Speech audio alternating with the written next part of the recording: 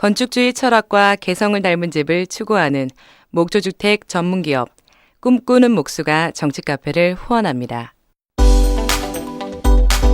노유진의 100분 토크. 지난 44회 방송 100분 토크에서는 사드라는 무기체계가 보여주는 한반도와 동북아의 현실에 대해서 아주 재미있게 접근을 해봤는데요. 이미 예고해드린 대로 이번 주에는 바로 우리 정부의 AIIB 아시아 인프라 투자은행 가입을 키워드로 해서요. 지난주에 이어서 한반도와 동북아를 조망하는 시간 계속해서 가져보도록 하겠습니다. 오늘 주제에 노유진과 함께 토론해 주실 게스트는 한겨레 신문 스페셜 컨텐츠 팀 선임 기자시죠. 남북관계, 한반도 정세, 북핵 문제를 주로 다루셨고요. 최근에는 북방노트라는 책으로 시진핑 시대 중국 개혁개방 정책이 우리 대한민국에 갖는 의미를 정확히 보여주고 계신 분입니다. 안녕하세요, 강태호 기자님. 예, 반갑습니다. 네, 어서 오세요. 예, 저는 팟캐스트가 처음입니다. 그래요? 예. 한겨레에서도 팟캐스트 하잖아요. 근데 신문을 만들다 보니까 예. 이 방송, 특히 이 팟캐스트 형식의 방송은 제가 아주 너무 모르고 있어서 저는 노유진의 정치 카페라 그래서 노유진이라는 분이 계신 줄 알았습니다. 쌀랑. 미안합니다. 그래가지고 이거 어떻게 해야 되나 상당히 좀 당황스러웠는데 여성이 아니라서 죄송합니다.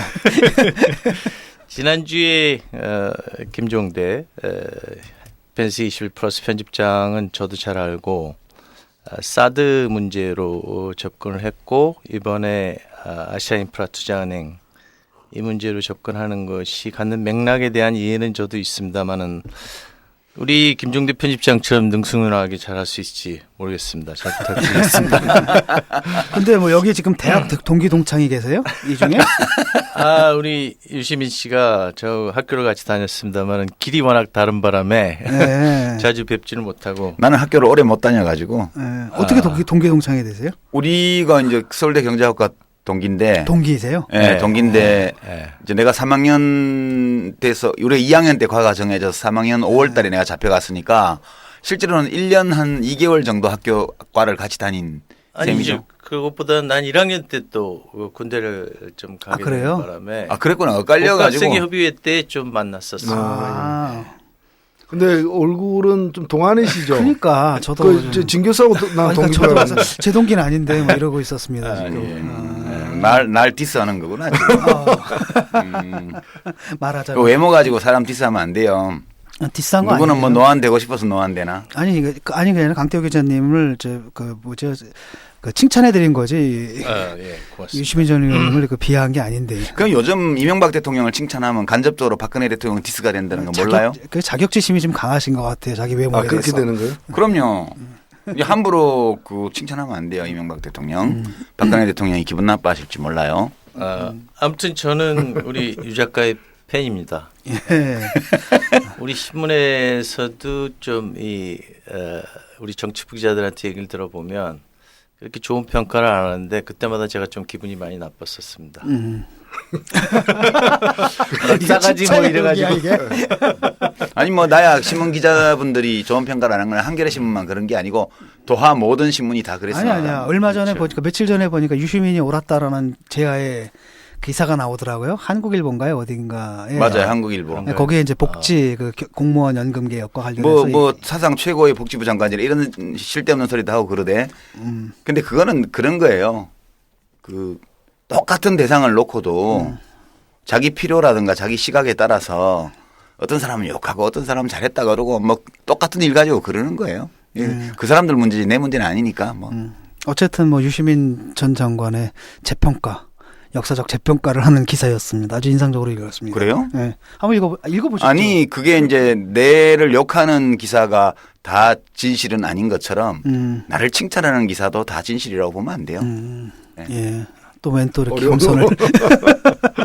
이제 그런 거에 대해서는 더 이상 신경을 안 쓰는 이제 그런 상황에 와 있으니까. 그 두 분은 복학생 그 협의회 때는 뭐 같이 일 좀 하셨나요? 학교에서?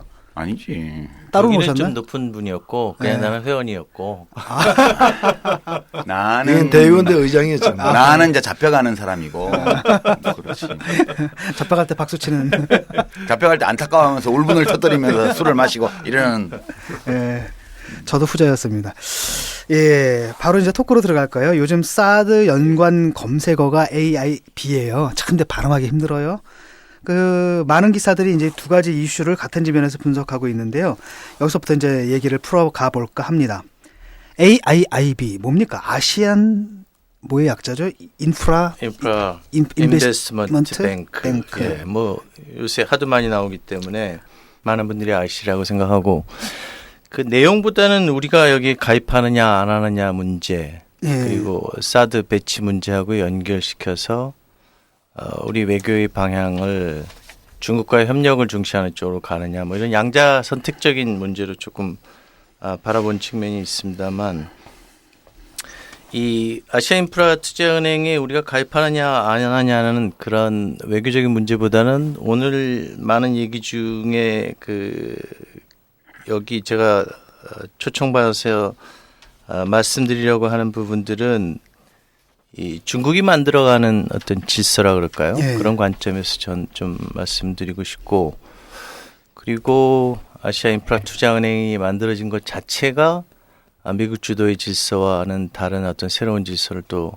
상징하는 부분도 있고 그런 측면에서 좀 말씀드리고자 하는데 간단하게 뭐 깊이 있게 이제 뭐 여러분들 말씀이 있겠습니다만은 질문도 있을지 모르겠고 이 AIIB는 요새 또 많이 언급되고 있는 1대1로라는 원벨트 원로드 그걸 이제 중국말로 표현한 겁니다만은 한자말로 중국이 얘기하고 있는 실크로드 경제 벨트 그게 일대고요. 신실크로드라고 표현하는데 육상으로 가는 이제 대륙에서의 새로운 각 국가의 협력 관계. 일로는 이제 21세기 해상 실크로드라 그래가지고 중국 동부 해안 쪽에서 중동, 아프리카, 유럽으로 가는 해상로를 새로 건설하겠다. 뭐 이런 측면이 있는 그런 구상인데. 중국의 구상이죠 지금. 네, 시진핑이 내놓은 이제 외교 정책 구상이고 그걸 뒷받침하는 것이 AIIB죠. 근데 이거를 우리식으로 이렇게 본다면 김대중 대통령이 철의 실크로드를 얘기했고 그리고 북방으로 가는 과정에서 개성공단 그다음에 금강산 관광 그래서 동해 쪽 서해 쪽으로 올라가서 대륙으로 가듯이 중국도 이제 중국을 둘러싸는 국가들이 육상으로는 한 14개 국가가 있고 해상으로는 6개 국가가 해서 한 20개국이 됩니다.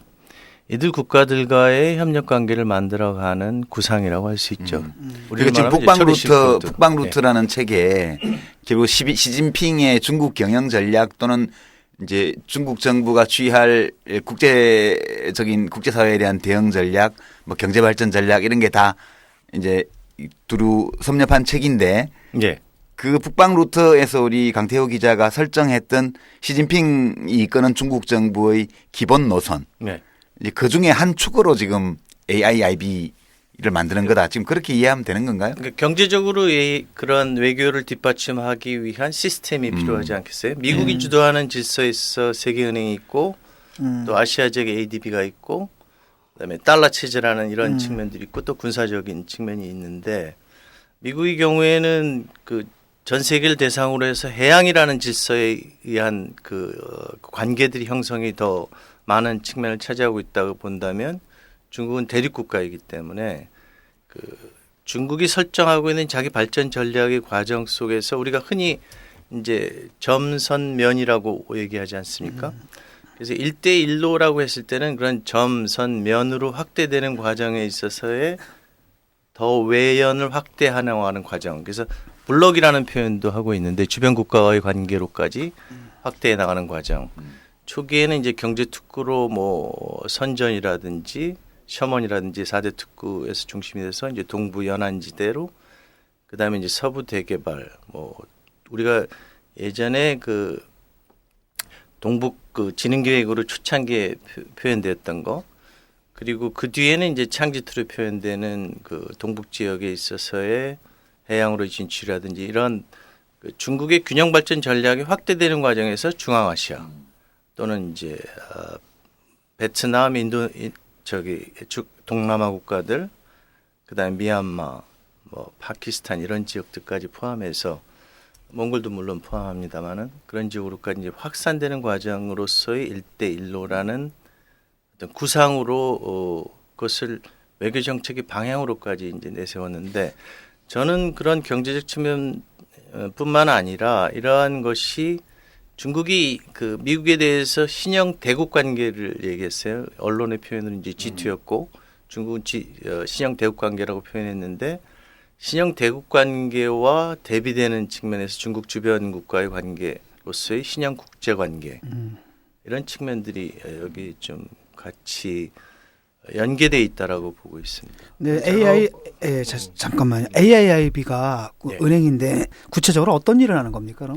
그러니까 뭐 말 그대로 인프라 투자라는 부분들이 굉장히 그 중국이 주변 국가의 관계에서 중요하고 생각하고 있는 부분들이 에너지하고 철도, 도로 이런 교통망 부분들입니다. 이런 부분들에 대한 투자를 위해서 은행을 만들어서 자금을 동원하려는 것이죠. 그 ADB 통계에 따르면 2010년에서 2020년까지 이 지역, 특히 이제 동아시아, 아시아 지역에서의 그 인프라 투자 수요가 연간 한 8천억 달러라고 얘기하고 있거든요. 여기서 아시아 지역이라고 하면 중국만 가리키는 건 아니고 중국, 인도, 동남아시아 전반을 아까 말한 서남아시아까지 다 예, 포함해서 1대1로라고 하는 그 지역을 지역을 다 포함하는 개발하기 위한 지역들이죠. 예. 여기 그렇군요. 인프라 투자 수요가 그렇게 많습니다. 제가 보기에 그 이 1대1로가 하나의 사업 구상이라면은 이 AIIB는 그 사업 구상의 어떤 자원 그 이제 이 재정 금융, 담당 예. 금융 담당하는 그런 이제 창구가 이제 되는 건데 예. 사실 이게 중국 구상의 모든 것이 아니다라는 거죠. 사실 그 전에 제가 중국에 갔을 때 보니까 지금 중국은 한 20년째 뭘 하고 있냐면은 아프리카 중국 정상회담을 하고 있어요. 예.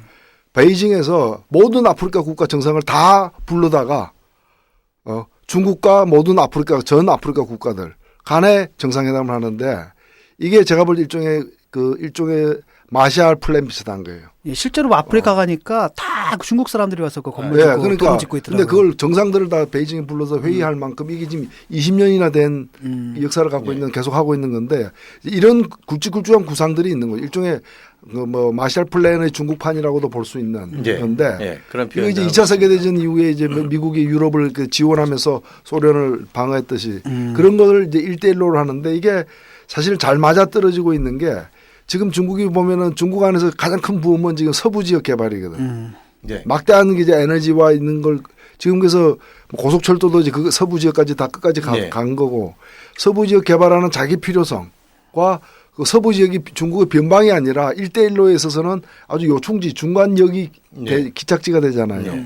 그러니까 중국 서부 개발 변경 개발의 확대판이 이제 중앙아시아로의 진출과 그걸 확장하는 그런 의미가 있기 때문에 상당히 중국에서 내부 문제를 해결하고 또 중국의 어떤 그 경제 위기를 갖다 탈피하는 그런 목표와도 연관이 또 돼 있는 예. 예. 다목적인 것 같아요. 그러니까 대제국의 구상이네요, 그냥 거의. 예. 그래서 공교롭게도 그 중국이 의도했던 측면도 있으라고 봅니다만은 지금 말씀하신 대로 어떤 외교적 측면에서 본다면 작년 2014년 5월에 시카라는 회의가 베이징에서 열렸습니다만 그 아시아 교류 신뢰 구축 회의라는 우리에게도 뭐 이렇게 익숙한 회의는 아닙니다만 만들어진 건 92년에 만들어졌습니다만 이때 시진핑 주석하고 푸틴 대통령이 세기의 합의라고 하는 협상이라고 하는 그 천연가스 30년 4천억 달러 천연가스 규모는 380억 입방미터를 연간 공급하는 계약이었는데요. 그 회의에서 여러 가지 측면의 그 변화들이 상징되는 측면이 있었는데 거기서 시진핑 주석이 아시아 질서에 있어서의 아시아인들에 의한 아시아 질서의 수립, 미국은 배제되는 그런 그러니까 이제 멀로 독트린하고 비교해가지고 이제 뭐 많이 듣던 얘기잖아요. 예, 많이 듣던 얘기. 독트린, 예.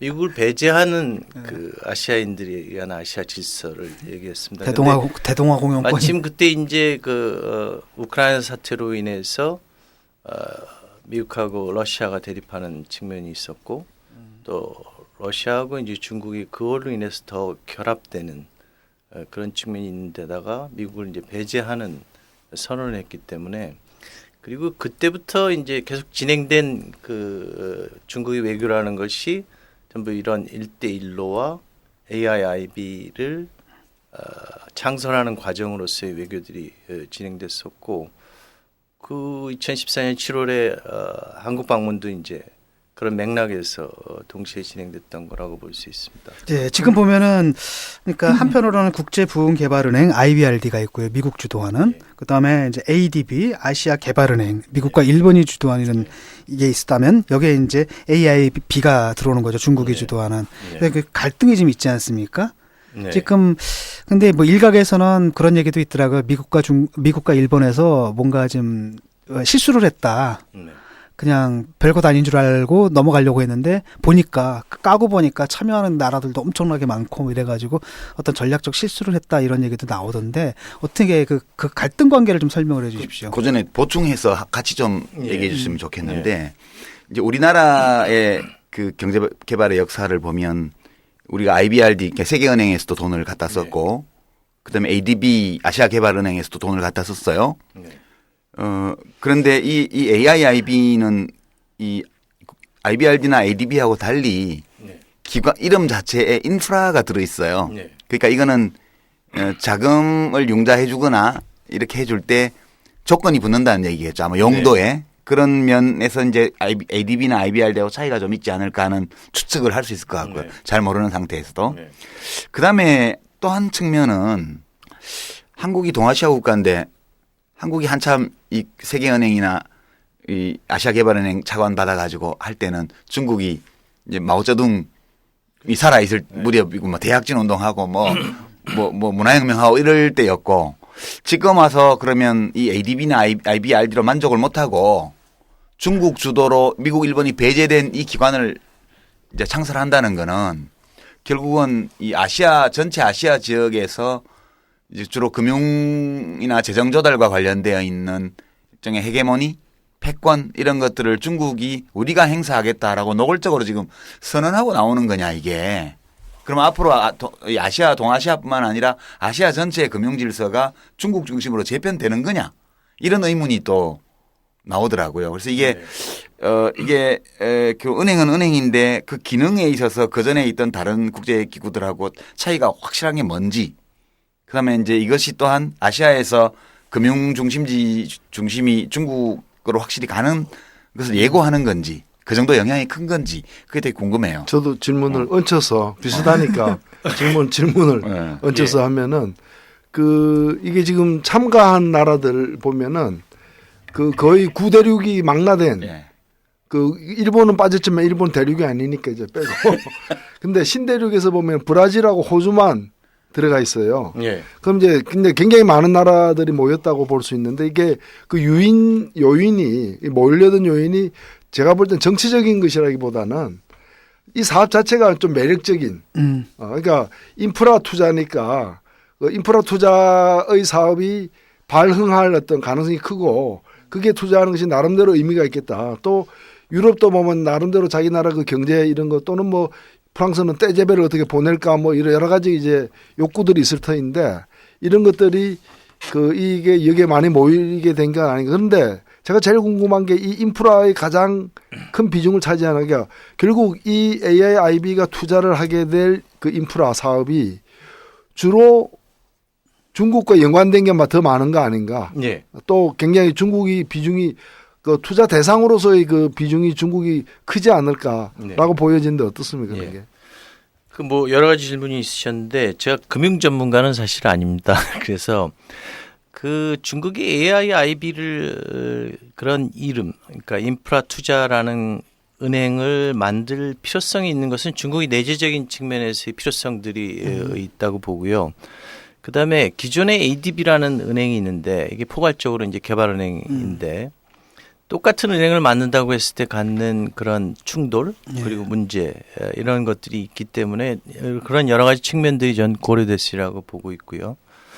그리고 인프라 투자에 아무래도 치중하리라고 보고 있는데 ADB 경우에 아까 제가 그 ADB가 내놓은 통계입니다만 2010년에서 2020년까지 이 지역에서 요구되고 있는 그 에너지, 뭐 항만, 도로, 철도, 특히 이제 철도의 경우에 있어서는 고속철로까지 이제 확장되는 전력 이런 부분에 대한 ADB 추계가 한 8천억 달러인데 ADB가 실제로 이것에 대해서 자금 지원을 하고 있는 부분은 한 5%라고까지 그거밖에 안 돼요. 얘기된다고 하거든요. 400억 달러. 네, 그 정도뿐이 안 된다라고 얘기하고 있기 때문에 그 필요성에 대한 이제 그 동의를 얻어낼 수 있는 과정들이 굉장히 많았고, 그다음에 중국 자체가 이제 대륙을 이제 새롭게 그 도로와 철도 이런 걸로 깔아 나가는데 여기에는 약간의 좀 제가 좀 긴 설명이 됐을지 모르겠습니다만은 중국이 이 자기 성장을 유지하는 어떤 절대절명의 과제에 있습니다. 그러니까 작년 같은 경우도 자기들이 설정했던 7.5%에 처음으로 못 미치는 7.3% 성장을 했고 올해의 경우에 7% 성장을 못할 거라는 이제 전망이 있는데, 그래서 이제 중국이 성장을 그렇게 못한다라는 건 세계가 성장하는데도 영향을 주는 그런 건데, 그래서 뉴 노멀이라고 표현하고 있는데 새로운 정상 상태로서의 중국이 고도 성장을 당연시하는 것이 아닌 적정한 어떤 규모의 성장을 유지한다고 하더라도 그러한 성장의 동력을 어디서 찾을 것이냐의 문제들이 있다고 생각하는데요. 중국이 지금까지 그 큰 성장을 하면서 특히 이제 일본을 누르고 어떤 지투적인 경제력에 있어서 그런 위상으로 부상할 수 있었던 것은 전 두 가지 계기가 있었다고 봅니다. 하나는 97년, 98년 이 시점에 아시아는 금융위기 상황에 빠져들었는데 중국 역시 그 영향에 있었지만 중국은 그 위기를 탈출하기 위한 과정으로서 서부 대개발이라는 것들을 추진하고 내수를 확대하기 위한 하향 가전이라 그래서 가전을 그 국내 소비 수요를 확대시키기 위한 재정 투융자 이런 걸로 그걸 극복하는 과정들을 보였었거든요. 그리고 또 하나가 이제 2008년에 세계 금융위기, 미국발 금융위기였는데 그때 이제 중국이 또 취했던 조치가 아까 말씀하신 서부 대개발을 더 확대하는 중앙아시아하고의 그 에너지 협력. 그래서 서기동수라 그래서 중앙아시아까지 이어지는 서쪽의 그 가스를 동쪽으로 수요지로 가져오는 서기동수 1, 2, 3차. 이 몇천 킬로, 뭐 4천 킬로, 5천 킬로 되는 어떤 거리를 파이프라인으로 전부 그 공급받는 계약 관계를 맺었어요. 근데 2005년에 사실은 러시아로부터 이 가스를 들여오려고 했었는데 가격 협상이 계속 그 문제가 됐었기 때문에 그걸 대체하기 위해서 중앙아시아로부터의 가스 공급 물량을 확보했었고, 그리고 이제 2015년에는 2005년에 합의됐던 공급 협상의 그 진행 상황에서 타결을 보지 못했던 부분들이 합의돼 가지고 이제 추가로 가스를 공급받기 시작했는데, 그런 어마어마한 그 성장에 필요한 에너지와 그리고 그러한 것을 공급받기 위한 철도, 도로 이런 모든 시설들이 투자들이 서방 국가들은 금융위기 상황에서 그런 부실채권이나 금융기관의 이 손해를 보전하는 데 재정 투입자가 투입됐다면 중국은 그러한 부분에 대한 투자로 확대돼 왔죠. 그렇기 때문에 켄트 콜더라는 이제 미국의 그 라이샤워 연구센터, 동아시아 연구센터 소장 같은 분들은 이런 중국이 만들어가고 있는 대륙에서의 새로운 변화를 신대륙지로까지 표현합니다. 그러니까 이제 우리가 과거 실크로드 이전에 중국이나 중앙아시아나 소련이나 이런 모든 국가들은 다 개별적으로 분리되어 있는 상태에서 자기 성장들을 해왔습니다. 사회주의 국가의 경우에도 그랬었고. 그런데 지금 중국이 만들어가고 있는 것은 실크로드 이래 처음으로 대륙을 하나의 통합된 이런 변방의 어떤 도시들이 각각이 연결되면서 하나의 통합된 경제권으로 변화해 가고 있었던 것이고, 그걸 집약적으로 표현한 게 이제 1대1로. 그리고 그러한 것들이 이제 주변 국가들과 함께 해나가기 위한 어떤 투자의 필요성으로서의 AIIB가 있기 때문에 그거는 어느 나라도 전 그러리라고 봅니다. 우리나라도 그 경제 발전의 과정에서 뭐 경부고속도로라든지 이런 그 인프라 부분에 대한 투자들이 그 경제 발전을 지탱해 왔던 부분인데, 중국은 이 발전의 과정을 주변 국가들과의 협력을 통해서 확산시켜 나가는 것으로서 자기 질서를 만들어가고 있는 건데 미국도 역시 그 마셜 플랜이라든가 이런 관점에서 했던 것과 비슷하게 이제 이해할 수 있는 부분이 있다고. 근데 이 AIIB가 지금 발표되는 걸 보면 한 1년 정도 준비 기간 거쳐서 올 연말이나 내년 초에 출범한다는 거 아니에요? 네. 그리고 현재 보니까 3월 31일자 네. 참가국이 지금 48개 정도가 이제 참여를 하기로 했고 이 자본금 목표가 1,000억 달러예요. 네. 지금 일단 선포된 거는 하다가 혹시 좀 더 많아질 수도 있겠지만 근데 여기서 중국 지분이 얼마나 돼요? 우리나라는 또 얼마를 여기다가 출자를 하기로 했죠? 아직 그 명확하게 그것은 결정된 것은 아니고요. 네. 일단 중국이 한 50%, 51%까지 지배주주로 지금 네. 중국이 근데 이제 하겠다는 거죠. 원래 그 저도 이제 아주 자세한 내용을 알지 못합니다만은 원래 한 35개국 정도를 예상했는데 급속도로 이제 창설 국가들이 많아지고 거기에 이제 지분의 문제라든지 의사결정의 구조라든지 이러한 문제들은 이 창설 국가들 간의 협의를 통해서 규정을 만들어내고 하는 과정에 의해서 결정될 것이라고 보는데. 근데 중국이 지배주주가 되면 좀 곤란하지 않아요? 그럼 의사결정권을 중국이 경우에 따라서 단독으로도 행사할 수 있게 되는 그건 안 하기로 약속했다고. 약속은 해. 그러니까 이제 그 문제가 이 어떤 의사결정을 그러니까 이 유럽 통합의 경우에는 이런 소국들, 유럽의 소국들도 자기 의사의 그 어떤 비례대표제적인 형식을 통해서 그리고 또 그들이 소수의 의견을 존중하는 컨센서스 방식의 합의들을 갖게 되는데 이게 이른바 비즈니스적인 차원에서의 그 은행이기 때문에 그런 의사결정 구조까지 기대할 수는 없으리라고 봅니다만 중국의 독주에 대한 견제 이런 것들은 공감대가 있기 때문에 중국도 그런 것을 의식하고 있기 때문에 일방적으로 그리고 미국이 이미 이 창설 과정에서 중국의 그런 의사결정 일방적 독주에 대한 견제를 했었기 때문에 중국이 일방적으로 그 끌고 가는 구조는 아니라고 봅니다만은 48개 국가가 참여를 했는데 이 모든 나라들이 이른바 창립회원국이 되는 겁니까? 아니면 창립회원국이 됩니다. 그렇구나. 그러니까 지금 구성을 지분 보면 구조를 그래서 어떻게 그 지분 구조를 끌고 갈 우리나라는 것이냐에 무슨 6%를 목표로 삼는다는데 그 가능한가요? 자기 그 GDP 규모에 의해서 그 지분 구조를 배분하는 형식을 취한다라고 얘기를 하고 있습니다. GDP 규모. GDP 규모대로 근데 출자를 하고 네. 그렇게 되면 출자의 액수에 따른 의사 결정권을 행사하게 되면 근데 자연스럽게 어느 될 한 텐데. 나라의 독주를 막기 위한 또 안전장치들. 그 지금 보면 GDP 규모를 보면 유럽에서 이제 조지아 같은 나라는 사실 뭐 좀 손꼽기는 그렇지만 나머지는 스위스 하나를 제외하고는 전부 다 이제 EU 국가예요. EU 국가 11에 스위스, 조지아 이렇게 13개국이고 이제 중동 아프리카에서는 여기가 이제 오만, 요르단, 뭐 쿠웨이트, 사우디 다 있는데 돈 좀 있는 데는 역시 이제 이 카타르나 사우디아라비아 뭐 이런 쪽에 네. 돈 좀 있지 않겠어요? 네. 터키, 이집트 있긴 하지만 여기는 돈 많이 내긴 어려울 거고요. 중앙아시아의 스탄 5개국 중에 4개가 들어왔어요. 카자흐, 우즈벡, 타지키스탄, 키르기스탄 이렇게 들어왔는데 여기도 돈 있는 데는 별로 없죠. 남아시아 6개국, 파키스탄, 인도, 뭐 네팔, 방글라데시, 스리랑카, 인도가 조금 낼까? 뭐 그 외에는 크게 네. 출자액이 많을 것 같지 않고요. 동남아 10개국도 보면 인도네시아가 그나마 좀 돈 좀 있고 싱가포르 뭐 조금 있을 거고 그 외에는 필리핀, 베트남, 말레이시아 좀 있을 수 있고 미얀마, 라오스 이런 데는 돈 없고요. 네. 결국 보면 돈을 많이 낼 수 있는 나라는 사실 좀 한정돼 있어 유럽을 빼고 나면 예. 그리고 이제 동북아시아에서는 중국이 제일 지분이 크고 그다음에 한국, 대만, 몽골인데 그래서 한국, 대만은 돈 좀 내겠죠. 네. 이렇게 해서 이제 러시아, 호주, 뉴질랜드, 브라질까지 다 넣어보면 중국이 GDP 기준으로 본다면 51%를 가진다는 건 택도 아닌 얘기인데 이게 지금 기껏 가져봐야 한 3분의 1 가질 수 있을까? 안 그래요?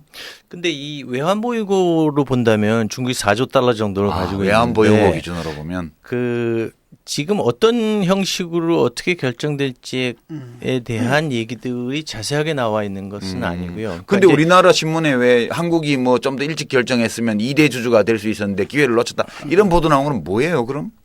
그 맥락까지 제가 잘 모르겠어요.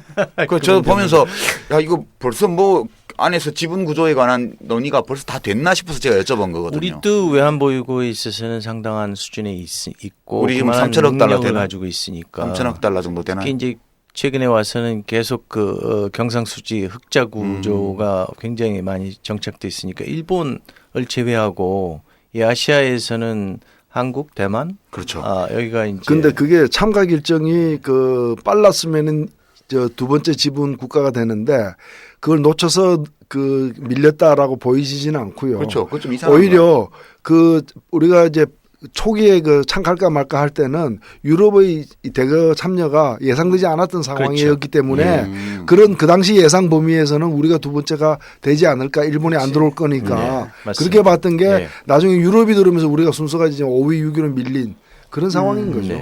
일본이 빠진 건 왜 빠졌어요? 일본은 ADB 때문에 ADB에서의 자기 주도적 위치라는 부분도 있고 일본이 여기 들어갔을 때 자기가 어떤 적극적인 역할을 할 수 있으라고 보지 않고 경쟁 관계에 있는 부분들, 중국하고의 갈등 여러 가지 측면에서 판단이 있었겠죠. 그러니까 일본이 이번에 우리가 참여 결정한 걸 가지고 이제 드디어 달러를 버리고 위안화의 품에 안겼다, 전향했다. 그러니까 이걸 굉장히 이제 대립적인 시각으로 이렇게 일본은 보아왔던 것 같아요. 그런 면이 좀 있는 거 아니에요? 지금 일본의 문제는 아시아에 있어서의 성장의 동력들이 중국, 인도 이런 신흥 국가들의 성장에 의해서 협력 관계를 만들어가고 그것이 확산되는 과정에서의 아시아의 성장이라는 것이 이루어지고 있는데 중국과의 관계가 굉장히 이제 악화되다 보니까 특히 일본 기업들이 중국에서 이제 퇴출당하는 경우들도 있었기 때문에 일본의 전략은 차이나 플러스 원이라는 표현을 쓰고 있어요. 그러니까 이제 차이나를 무시할 수는 없지만 플러스 원으로서의 동남아시아와의 관계, 또 인도와의 관계 이런 쪽에 이제 보다 더 강조점이 놓여져 있기 때문에 저는 AIIB가 만들어졌을 때 ADB와 AIIB의 어떤 경쟁 관계에 의해서 이 지역의 금융적인 어떤 활동들이 보다 더 적극적으로 진행될 수 있는 그런 경쟁 구도에 의한 긍정적인 면도 있지 않을까 하는 생각이 들고요. 무엇보다도 아무튼 중국이 이 지역에 있어서의 인프라 투자를 통한 성장의 동력들을 끌어내는 시스템으로서의 AIIB가 갖는 영향력이라는 것들은 굉장히 확대될 수밖에 없고 그것이 중국의 영향력을 확대하는 과정이 아닐까 저는 그렇게 근데 일본은 있습니다. 돈 많은데 내가 아베라면 ADB는 이미 우리가 주도하고 있고 AIIB도 돈 좀 내서 이렇게 끼워 넣으면 뭐 괜찮을 것 같은데 일부러 못 오게 했나요? 일본은? 그런 건 아닐 거 아니에요. 그건 아니라고 나는 생각을 합니다만은 누가 주도하고 그 주도하는 그 나라에 의해서 이 시스템들이 갖춰졌을 때 일본이 거기 들어가서 자기 역할을 할 수 있으라고 기대하기는 어렵고 ADB라는 것을 통해서 미일이 또 공동으로 대응함으로써 이 지역 국가들의 중국에 대한 견제의 측면도 분명히 존재하고 있거든요. 그러니까 제가 지난번에도 조금 말씀드렸지만 제가 작년에 일본 갔을 때 이제 새삼 느낀 건 뭔가면은 우리가 보는 거 느끼는 거와 달리 일본은 자신들이 이제 미국을 제외하고서는 아시아에서 가장 큰 패권 국가인데 중국이 이렇게 부상함에 따라서 그 패권을 이제 빼앗기고 가고 있는 과정으로 굉장히 위협적인 존재로 자신들의 미래를 위협하는 존재로 중국을 생각하고 있고. 그거는 사실 아니에요? 아니요. 그리고 한국이 그러면서 왜 혐한이 저렇게 혐한 시위나 이런 게 늘어나느냐 제가 물어봤을 때 한국이 저쪽에 이 붙는 거지. 과정에서 한국이 중국 편을 들는 게 아니에요. 저도 직접 그 질문도 받았거든요. 아니, 우리야 원래 전통적으로 몇천 년 동안 중국하고 가까웠지 뭐 일본하고 가까워. 근데 이제 일본에서는 그렇게 생각을 하지 않고 자기들과 더불어서 미국 우산 하에 있는 동맹국이었는데 자신들이 굉장히 위협을 느끼는 중국에게 오히려 한국이 자기들에게 등을 돌리고 글로 가고 있다. 그럼 좀 잘해줘야지. 그건 이제 아베한테 일본의 아베한테 얘기를 해야 될 문제인데. 근데 여하튼 그런 것들이 이번에도 좀 이제 이걸 사실 제가 볼 때는 중국은 자신들이 주도해서 이 AIIB 가입 회원국들은 다 누이 좋고 매부 좋은 일들을 자기들이 주도하에 벌려나가고 근데 사실 이런 큰 국제 인프라 사업을 벌리면은 여기 들어가는 시멘트니 철강이니 중국에 훨씬 더 많이 들어갈 걸로 보여지거든요. 그렇지 않겠습니까? 그렇죠. 예. 그러면서도 또 다른 함께하는 나라들을 좀 소외시키지는 않고 하여튼 덕은 좀 보게 하되 가장 큰 건 자기들이 먹고 또 자기들이 주도해가는 그래서 말씀하신 대로 결과적으로 중국의 영향력도 이렇게 넓혀지는 이제 그런 프로그램인 것 같아요. 예. 그래서 이제 신형 국제 관계의 측면에서의 변화들이 뒤에 따라올 것이라고 저는 생각하고 있고요. 그것이 이제 시카에서도 이미 나타났었고, 뭐 상하이 협력 기구라든지 중국이 설정하고 있는 브릭스라든지 이런 국제 회의나 이런 협력 관계들이 이러한 인프라적인 그리고 금융 그리고 산업적 협력들이 거기다 따라갈 텐데요. 그런 것 속에서 중국이 이제 주도하는 부분에 있어 질서를 형성해 나가는 과정의 일환으로 볼 수 있는 측면이 있겠죠.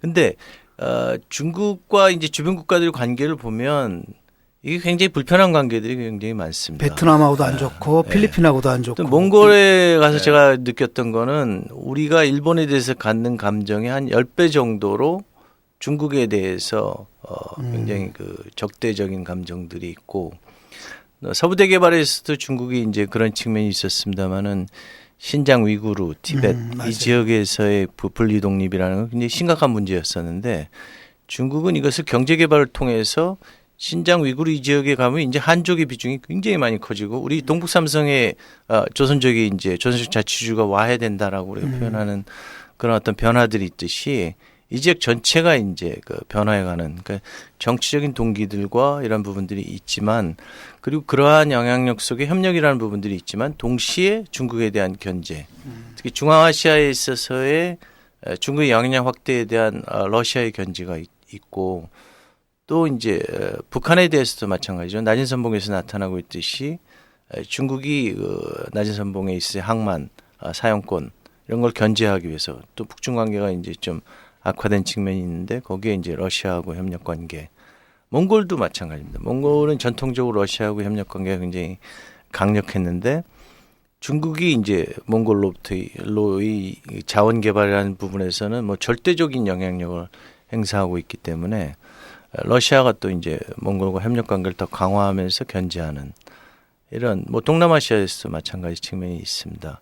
그렇기 때문에 굉장히 복잡하지만 굉장히 역동적으로 변화해가는 중국이 만들어가고 있는 질서, 거기에 우리 같은 경우도 중국과 협력하고 미국과도 협력해야 되는 그런 측면이 있듯이 동남아시아 국가들 다 마찬가지. 일본이 뭐 또 굉장히 적극적으로 동남아하고 협력을 강화하기 때문에 경쟁적인 어떤 그 협력 관계들이 강화되면서 복잡한 이제 이 충돌들이 전개되는 그런 측면이 있겠죠. 근데 이 제가 개인적으로 궁금한 건데, 네. 이제 우리나라는 보면 뭐 당군 할아버지가 터잡았다고 우리 어릴 때부터 배웠는데, 한 5천 년 동안 이 한반도에 하여튼 국가 형태를 이루고 살면서 한 번도 잘 산 적이 없다가 우리도 한번 잘 살아보세요 이래가지고 하여튼 70년대 이후에 뭐 열심히 해가지고 이제 경제 발전도 많이 하고 그때 비하면 국력도 강해지고 그렇게 됐잖아요. 네. 우리 이제 뭐 새 역사를 창조한다는 등 이런 관념으로 이해를 했는데, 중국은 어떤가요? 중국도 최근에 G2로 부상하고 뭐 경제 성장이 이루어지고 이렇게 대외적인 영향력이 확대되고, 100년 전하고 비교하면 100년 전에는 일본이라는 조그만 나라한테 그냥 청일전쟁 얻어터져서 깨지고 막 열강이 들어와서 다 뜯어먹고 이랬던 나라잖아요. 네. 그러면 근데 중국은 우리처럼 옛날부터 뭐 강대한 외국의 침략을 받는다든가 이런 게 아니고 지들이 세계의 중심이라고 이렇게 생각하고 있었던 사람들 아니겠어요? 네. 그래서 최근에 중국의 경제 발전이라든가 이제 정치 군사적인 영향력 확대 이런 것들에 대해서 좀 우리나라가 이렇게 발전할 때 보면서 느낀 거하고 좀 혹시 좀 다르지 않나? 그 사람들은 자기 자신의 변화를 어떻게 보나 그런 게 좀 궁금했어요. 비슷한 게 있을 겁니다. 그러니까 우리하고 비슷하게 2008년에 베이징 올림픽을 한다든지 이 발전의 과정에 있을 단계들을 비슷하게 밟아간 측면이 있고, 중국의 꿈이 있고, 그다음에 이 중산층적인 질서, 중산층적인 어떤 가치 이런 질서들을 만들어내고 거기에 맞는 이제 정치 개혁의 필요성들도 느끼고 있고, 우리하고 비슷한 과정들을 밟는 부분들이 꽤 있는데, 중국이 그 만들어가는 질서라는 거는 우리처럼 어떤 작은 지역에서 이루어지는 것이 아니라 어떻게 보면 대륙 전체를 이렇게 변화시켜 나가는 과정이고, 그리고 그럴 필요성들을 느껴요. 우리 경우에서도 마찬가지로 우리 나라가 근대화하는 과정에서 빠른 성장들을 하게 되면 거기에 필요한 수없이 많은 에너지를 어디서 확보하느냐의 문제가 가장 중요한 문제이고, 그리고 중동에 대한 의존도 이게 커지고, 중동으로부터 최대의 수입국이에요, 에너지. 중국 중동, 우리가 중동. 예. 일본하고 우리를 예. 보게 되면 우리가 의존도가 더 큰데 그것 때문에 갖게 되는 또 다른 시장으로서의 중동이라는 시장이 존재하죠. 우리가 건설 시장으로 존재했듯이. 그럼 중국이 자기 성장을 하기 위해서 어마어마한 에너지들을 이제 블랙홀로서 이제 끌어들이게 되는데 그것을 안정적으로 확보하는 과정 그리고 그들과의 협력 관계를 확대하는 과정은 그 스케일이나 규모에서 어떻게 보면 세계 질서를 변화시켜내는 큰 흐름으로 존재하는 거. 그게 이제 신대륙주의인데 미국의 전략은 해양 전략 중심이었어요. 세계를 지배하는 것 자체가 우리가 지정학적 관점에서 두 개의 흐름이 존재하는데 하나는 대륙적 중심의 어떤 세계 재패, 세계 지배 이런 관점으로 이제 영국의 헬퍼드 맥킨더라는 사람이 이제 얘기한 건데 이분은 유라시아 대륙의 중심에 서 있는 국가가 세계를 지배할 것이다라고 본 거예요. 근데 알프레드 머헨이라는 미국의 해군 제독인데 이 사람은 우리가 흔히 많이 이제 얘기했던 건데 대양을 바다를 지배하는 자가 세계를 지배한다. 근데 미국이 지배했던 질서의 형식들은 그런 것들이었다면 중국은 이제 자기 질서를 만들어가는 것 자체가 대륙 중심으로 형성돼가는 과정이기 그러니까 우리하고는 때문에 스케일이 좀 다르다는 거죠. 당연히 다를 수밖에 네. 없죠. 그 규모나 내용에 아니 있어서. 사고방식도 당연히 다르죠. 중국은 자기 질서를 이제 중화적 질서로서의 어떻게 보면 민주적 질서도 서구가 얘기하고 있는 그런 질서가 과연 민주적인 것이냐에 대한 회의를 제기하고 오히려 중국 공산당에 있어의 민주적 개혁을 통한 시스템, 전인대라든지 당 내부의 어떤 민주화라든지 그다음에 이제 중국 내부에서 이루어지고 있는 이제 지역 단위에서의 선거를 통한 변화들 이런 것을 자기 질서로 민주적 질서마저도 이제 서구 것이 아닌 중국적인 것이라는 가치를 그러니까 얘기하는 신민주주의라고 부분이 자기들은 주장하는 네, 그런 부분이 있을 정도로 변화의 폭과 내용이 우리하고는 좀 다르다고 볼 수 있죠. 예. 제가 그 개인적으로 1999년에 10월 1일 그때 이제 그 북경을 이제 방문하고 있었는데 그 전해가 우리가 뭐였는가 하면은 정부 수립 50주년이었어요. 네. 근데 네. 바로 그 다음 해가 그렇죠. 중국이 정부 수립 50주년인데 네. 솔직히 너무 차이가 나는 거예요. 네, 우리는 그때 국공매진 그 98년도에 IMF 나가지고 정신없을 때죠. 정신없죠. 조용히 네. 잘 지냈는데 그 사람들 그 50주년 때 중국 전역에서 그걸 이제 그 각 그 성정부 중심으로 해가지고 이제 축제 같은 거를 이제 그 전날 열고 당일날은 이제 베이징 천안문 광장에서 대대적인 행사를 갖다 하는데 이제 자기들은 이제 성공하고 있다. 그리고 앞으로 더 잘 나아갈 수 있다라는 그런 어떤 포부와 자부심과 이런 게 막 물씬 풍겨오는 거예요. 그런데 특히 제가 놀라웠던 건 뭔가 하면 그쪽 사람들하고 얘기해 보면은 방금 말씀하신 자기들 민주주의에 대해서 우리가 좀 성장하기 위해서는 이럴 수밖에 없다 이렇게 변명하는 게 아니라 자기들께 맞다고 더 주장하죠. 나은 민주주의라 이거야. 더 나은. 그리고 그래서 아니 너희들은 그 저기 주석 뽑을 때 전 인민이 투표하지 않지 않느냐 내가 그렇게 물어봐. 선거도 안 하고 이제 뽑지 않느냐 당이 결정하면 되는 거 아니냐 했더니 아니 투표는 안 하지만 투표하는 것 이상이다. 자기들은 10년 전부터 10년 후에 지도자 군들이 다 등장하고 그게 검열을 받고 그래서 추려가지고 한 명으로 간다 이게야. 그러니까 대중민주주의를 그 자기네 공산당 내에서의 어떤 절차, 자기들이 주장하는 민주적 절차로 대체한 거잖아요. 근데 이걸 신민주주의라고 이름을 붙이고 이 시스템이 이른바 중우정치로 흐를 수 있는 대중민주주의보다 더 보편적으로 좋은 것이라고 주장을 하는 것 같더라고 보니까. 적어도 지도부의 선출 과정만큼은 가장 훌륭한 지도부를 만들어낼 수 있는 시스템을 갖추고 있는 게 아닌가. 공산당 내부에서. 지금의 시스템들을 봤을 때 특히 덩샤오핑이 만들어낸 지금 3세대, 4세대, 5세대이지 않습니까? 장점인에서부터 시작해서. 근데 장점인에서부터 시작된 이 5세대까지 이어져오는 과정을 보게 되면 적어도 10년, 20년 전부터 이미 후계 구도들이 어느 정도 능력이 있는 각 성에서의 성장이든 당석이든 이런 과정을 거쳐서 당 원로 지도부에 의해서 그게 어느 정도 능력들이 인정받고 있는 사람들이 또 다른 경쟁의 과정에서 지도부를 구성하기 최소한 때문에. 자식한테 물려주거나 그러지는 않으니까. 그런 측면도 물론 있죠. 태자당이 있으니까 예. 그런 측면이 있지만 그런 과정들을 겪는다라는 측면에서 효율성이 있다라는 부분들을 얘기할 수 있을 것 AIB 같습니다. 문제는 지금 어느 정도 얘기가 된 것 같거든요. 이제 다음 이것이 우리 한반도 어떤 관련이 맺는지 어떤 관계가 있는지 좀 얘기를 하고 싶은데요. 그 전에 잠깐 관련된 사항인데 북한이 가입을 하려다 거절당했죠? 아, 진짜예요 그거? 진짜입니까? 뭐 언론 보도로 나오고 있는 부분이 있는데 네. 뭐 그런 측면이 좀 있으리라고 봅니다만 공식적으로 확인된 것은 아니죠. 아니 아시아 국가 중에 북한만큼 인프라 투자가 많이 필요한 나라가 또 그러니까요. 있어요. 그렇지만 이제 그 유엔의 제재를 받고 있다라든지 그 안에 금융 시스템이라든지 이런 여러 가지 그 객관적으로 그 조건들이 필요한 부분이 있지 않습니까?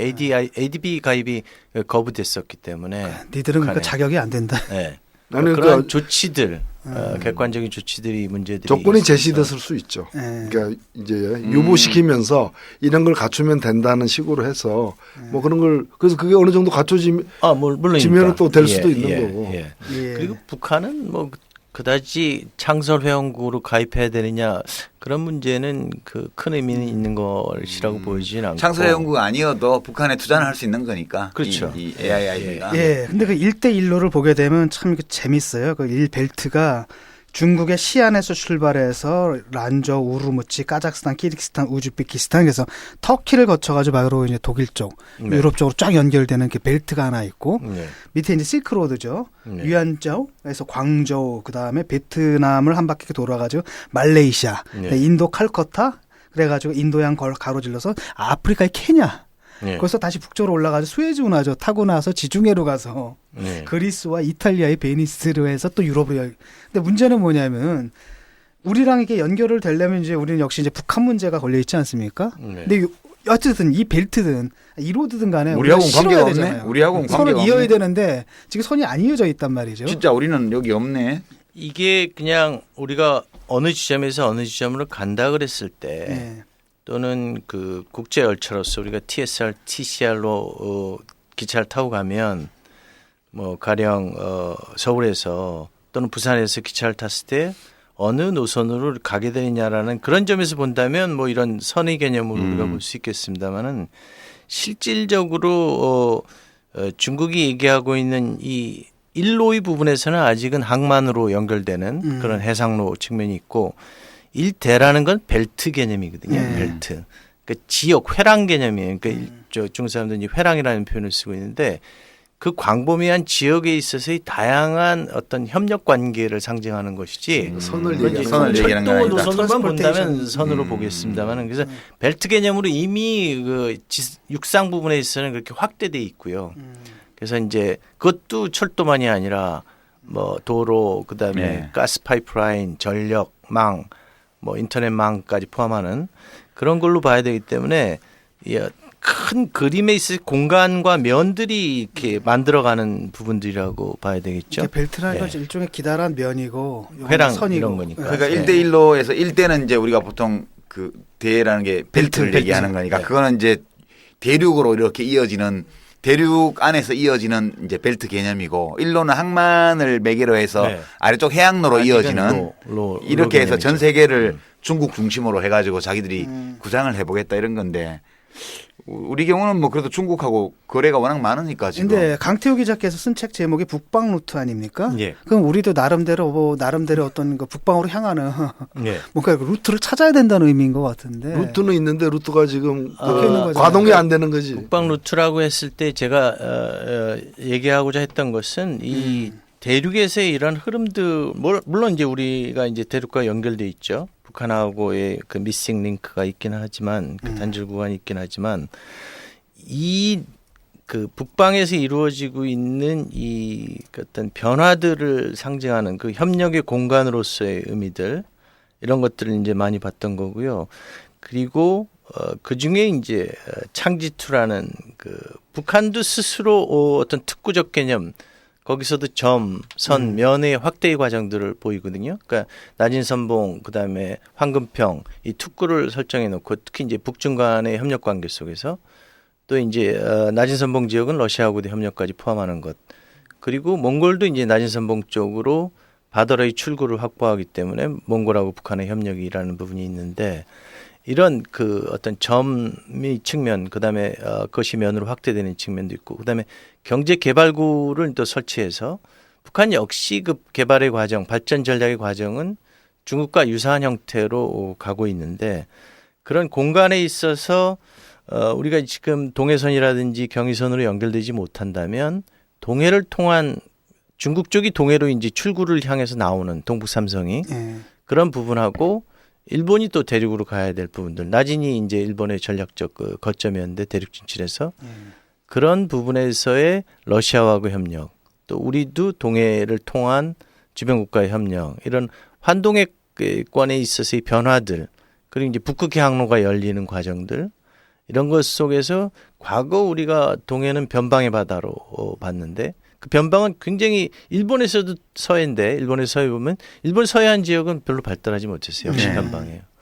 그다음에 뭐 극동이니까 변방이고, 중국 역시 동북 삼성은 개발돼 있지 못했는데, 이 지역이 한꺼번에 이제 서로 개발의 어떤 상호 작용을 하는 그런 부분에서의 어떤 경제권의 형성과 그걸 통한 대륙으로 진출이라고 할까요? 그런 루트, 이런 부분들이 있을 거고, 서해에서의 변화들은 이미 우리는 그 중국의 이쪽 서해 쪽, 뭐 칭다오도 있고 대련도 있고 뭐 상하이도 있고 쭉 있지 않습니까? 이쪽과의 협력 관계는 굉장히 광범위하게 진행되고 있죠.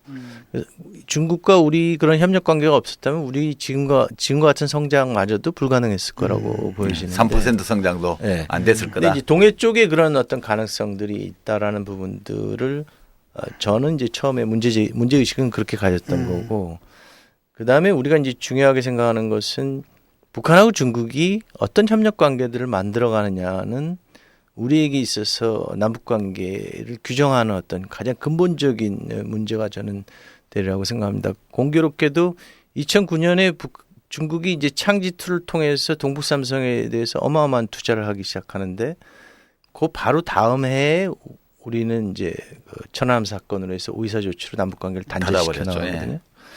그리고 그 시점에 김정일 국방위원장이 뇌졸중으로 쓰러지고 자기 후계 체제를 이른 시일 안에 만들어 가야 되는, 미래를 만들어 가야 된다라는 그런 절체절명의 과제들이 동시에 그 시기에 발생을 했습니다. 그래서 2010년부터 2011년까지 김정일 국방위원장이 3번에 걸쳐서 중국을 방문하고, 또 장춘이라는 곳에서 북중 정상회담을 열고, 거기서 이제 북중 간의 협력, 동북 삼성 개발하고 북한이 중국과 협력을 통해서 자기 발전 전략을 어떻게 가져갈 것인지, 이런 것들이 그 시기에 이제 동시에 진행됐던 것이죠. 그래서 저는 1대1로의 관점에서 본다면 중국의 동북 삼성에 있는 사람들은 1대1로의 축 중에 하나가 동북 삼성의 창지2다라고 얘기를 하고 있어요. 창지2가 이제 바다로 나오는 측면도 있습니다만은 대륙으로 이어진다 그랬을 때는 동몽골을 통해 가지고 시베리아 횡단 열차로 이어지는 또 한쪽의 측면이 있기 때문에 그런 이제 유라시아 대통로라고 얘기합니다만은 그건 시베리아 횡단 열차와는 다른 측면에서의 또 통로가 만들어지는데, 그쪽의 변화, 그리고 중국과의 협력, 북한이 그걸 통해서 자기 발전 전략을 만들어가는 이런 북방의 변화들 속에 우리는 유라시아 이니시티브로 대응했기 때문에 방향은 옳습니다만은 남북 관계를 담고 있지 못한 접근 방법은 결국 우회적으로 갈 수밖에 없다. 동해로 갈 수밖에 없는 거 아니겠느냐. 그러니까 오이사조처라는 게 물론 오늘 주제는 아닙니다만, 결국 그 천안함 사건은 북한이 자기들이 안 했다고 계속 펄쩍펄쩍 뛰는 사안이고, 뭐 사실 저는 개인적으로 네. 정부가 뭐 북한이 뭐 와가지고 뭘 기뢰를 어떻게 해서 두둥강에 놨다 얘기하지만, 솔직히 저는 잘 납득은 안 되더라고요. 어떻게 네. 그런 일이 벌어질 수 있는지. 그리고 네.